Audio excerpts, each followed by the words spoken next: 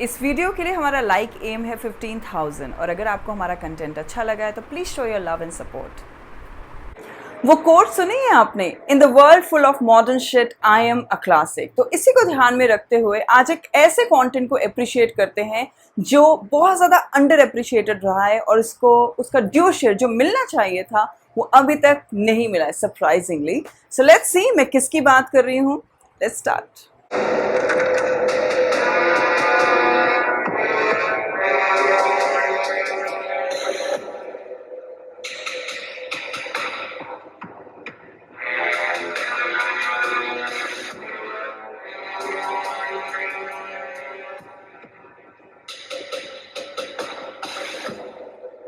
Court martial resumes.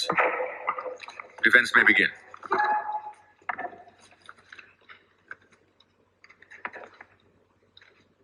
आपके favourite colours कौन से हैं?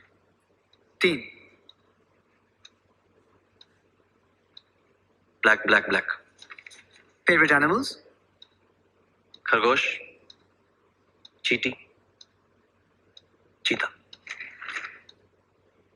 तो मेजर राठौर आपके खरगोश थे या चीता?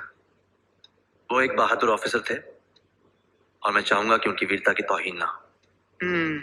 ह्यूमन राइट्स रिपोर्ट्स उनकी वीरता को कल्पेबल होमिसाइड और जेनोसाइड का नाम देते हैं। जब 30 मंजिल की बिल्डिंग नीचे गिरती है तब बगल के 10 मंजिल की बिल्डिंग पे असर होता है।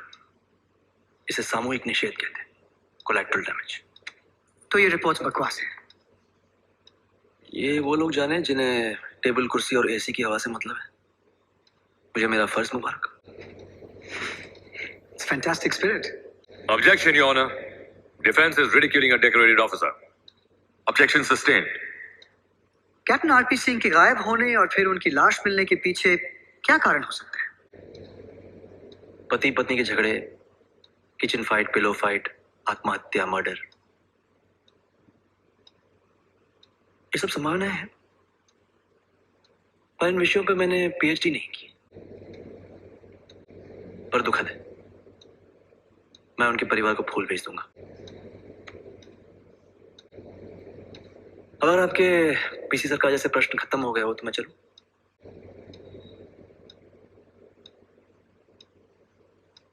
Do you have any more questions for Brigadier Pratap? आप क्या पूछना चाहते हो मुझे? मेरे चश्मे का नंबर? Why not? जानना जरूरी है। चश्मा दूर का है या पास का, क्योंकि कभी कभी रियलिटी थोड़ी आउट ऑफ फोकस हो जाती है। Objection. Defense is digressing from the issue. Objection sustained.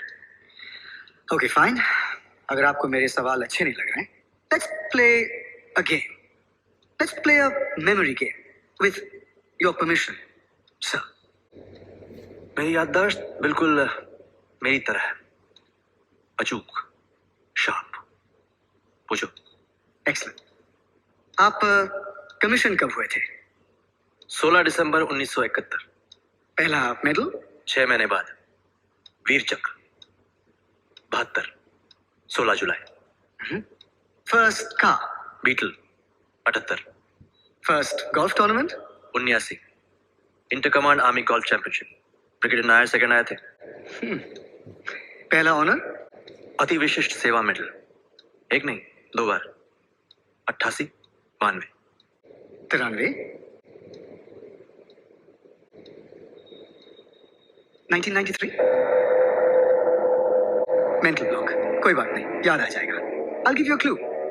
December 1993. 9th December 1993? Come on, Brigadier, I don't want you to lose this game, so I'll give you one last clue. 9th December 1993. शाम के 4:25। कोहरा बताया था weather report में, फिर धूप निकल आई थी। कुछ याद आया?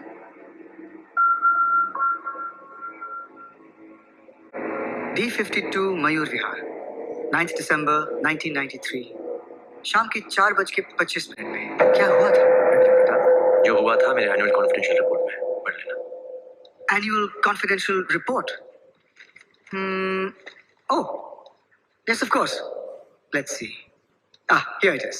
सांप्रदायिक दंगों में Mayur Vihar D52 flat number 4:25 पे 2 औरतों और एक बच्ची को बड़ी बेरहमी से मारा गया।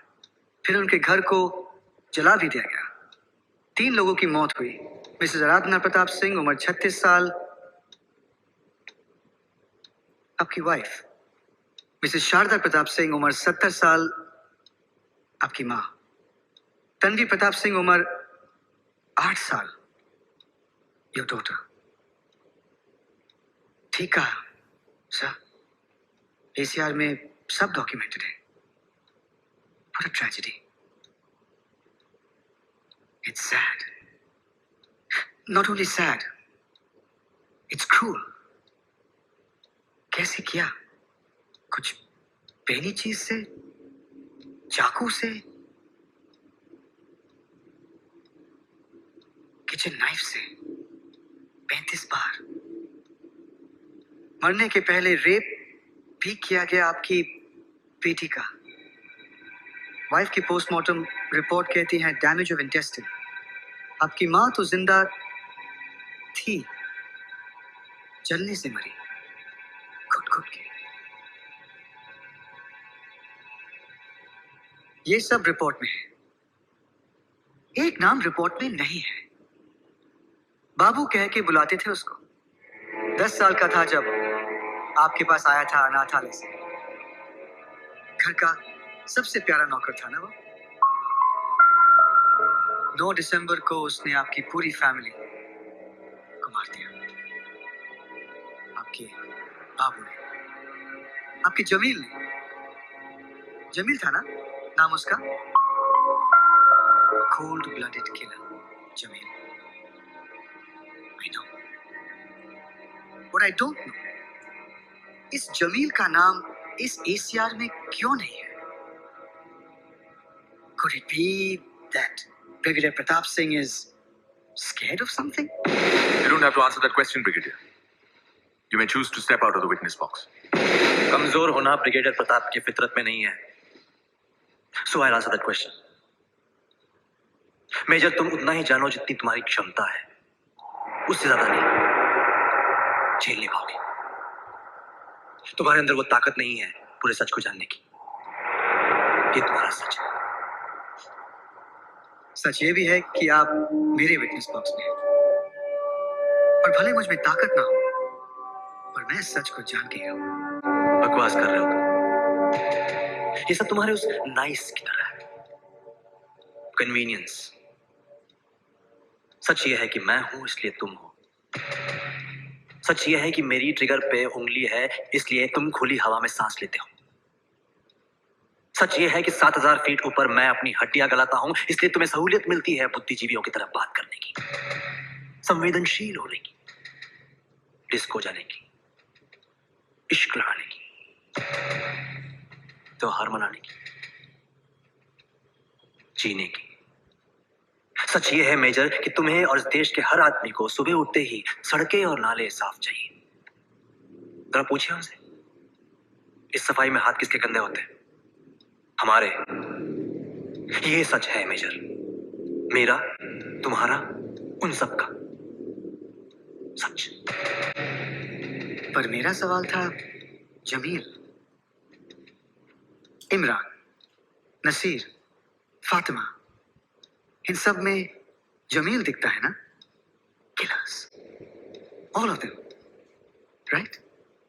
दुश्मन सिर्फ बॉर्डर के उस पार नहीं होता, घर के अंदर भी होता है। घुन दीमक बन के जीता है। वीर भोग्य वसुंधरा, ये मेरा लक्ष्य है। हमें जिम्मेदारी है कि मैं अपने देश को बाहर भीतर हर प्रकार के दुश्मन से बचाऊं। नहीं तो मेजर, रोज एक नहीं 100 जमील खड़े हो जाएंगे। 13 साल से जमील को ढूंढ रहे ना। आपने देखा जावेद खान को, दिखा जमील। बोलिए, दिखा ना? तुम किसे बचा रहे हो? हाँ? इसे? इस जावेद को? कौम जानते हो क्या? कौम, निशानियां, आइडेंटिटीज जो पैदा होते ही लग जाती है। इनके अंदर इस जावेद के बहुत अंदर, इसके नसों में,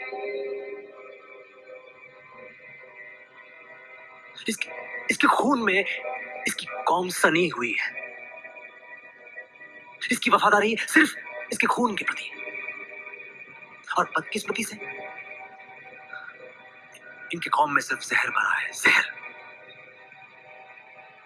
इनका हिसाब चुकाते चुकाते हम खाक हो जाएंगे। हजारों राठौड़ मारे जाएंगे, लेकिन कुछ नहीं होगा। ये मेरे, तुम्हारे या किसी टॉक शो की बात नहीं है मेजर, पूरी कायनात की बात है। इसलिए जो सर तुमने मिट्टी में दसा रखा है ना, शुतुरमुर्ग की तरह उसे बाहर निकालो और देखो। विवेक का इस्तेमाल करो, समझ जाओगे। कौन है दुश्मन? पूरी कौम? हर तारीख पर इनकी मौसमी मजहब, इनकी आतंक की मोहर लगी हुई। और तारीख को साफ करना मुझे आता है मेजर, वही कर रहा हूं। सफाई। सफाई ब्रिगेडियर? इनोसेंट बच्चों पे शवन लेकर घूमते हैं हाथ में लॉलीपॉप की तरह। इनोसेंट? 6 साल की बच्ची? बच्चे नहीं है, टाइम बॉम्ब है साले, आतंकवादी के पिल्ले हैं। जो तुम्हें इनोसेंट लगता है ना मेजर, वो मेरे लिए अनुशासन है, डिसिप्लिन, मिलिट्री नेसेसिटी है। और तुम मुझे सही और गलत ज्ञान मत देना, तुम्हारी औकात नहीं है। अगर मैं चाहूं तो सैकड़ों राठौड़ की फौज खड़ी कर दूं, और मैं करूंगा। इनको खत्म करूंगा मैं, एक एक दीमक को निकाल निकाल के मारूंगा मैं, ताकि एक और जमील पैदा ना हो, एक और मयूर विहार में आग न लगे, एक और तनु का रेप ना हो। चीख रही थी वो, सुबह शाम दिन रात मुझे वो चीख सुनाई देती है। इसलिए मैंने राठौड़ से कहा, गोली मार दो इनको, खत्म कर दो सालों को। जो बूढ़े बच्चे सामने आए, खत्म कर दो उनको, वरना ये लोग हमें खा जाएंगे। मयूर विहार के सैकड़ों घरों को खा जाएंगे ये लोग। और करना है तो इनकी कौम का सफाया करो। That's what we want. Bloody democracy. Bloody democracy.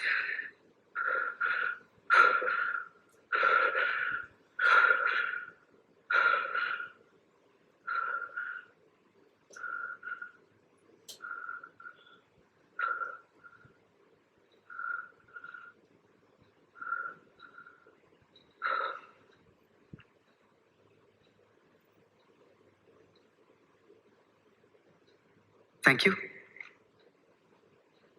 That will be all, Your Honor. The defense rests its case. हो गया खत्म। मैं और वक्त जाया नहीं कर सकता हूं, इसलिए thank you gentleman. It was a pleasure. Brigadier Rudra Pratap Singh, you have been relieved of your duty with immediate effect, and a court of inquiry will be ordered against you. What? नहीं हो क्या रहा है? ये Indian army है, जम्बो circus? The prosecutor, Major Akash Kapoor, will now read the charges against Brigadier Rudra Pratap Singh. Brigadier Pratap, आप पर RPC धारा 304 और आर्मी एक्ट सेक्शन 69 के तहत कल्पेबल होमिसाइड का आरोप लगाया जाता है। You are to be taken into immediate custody. Custody?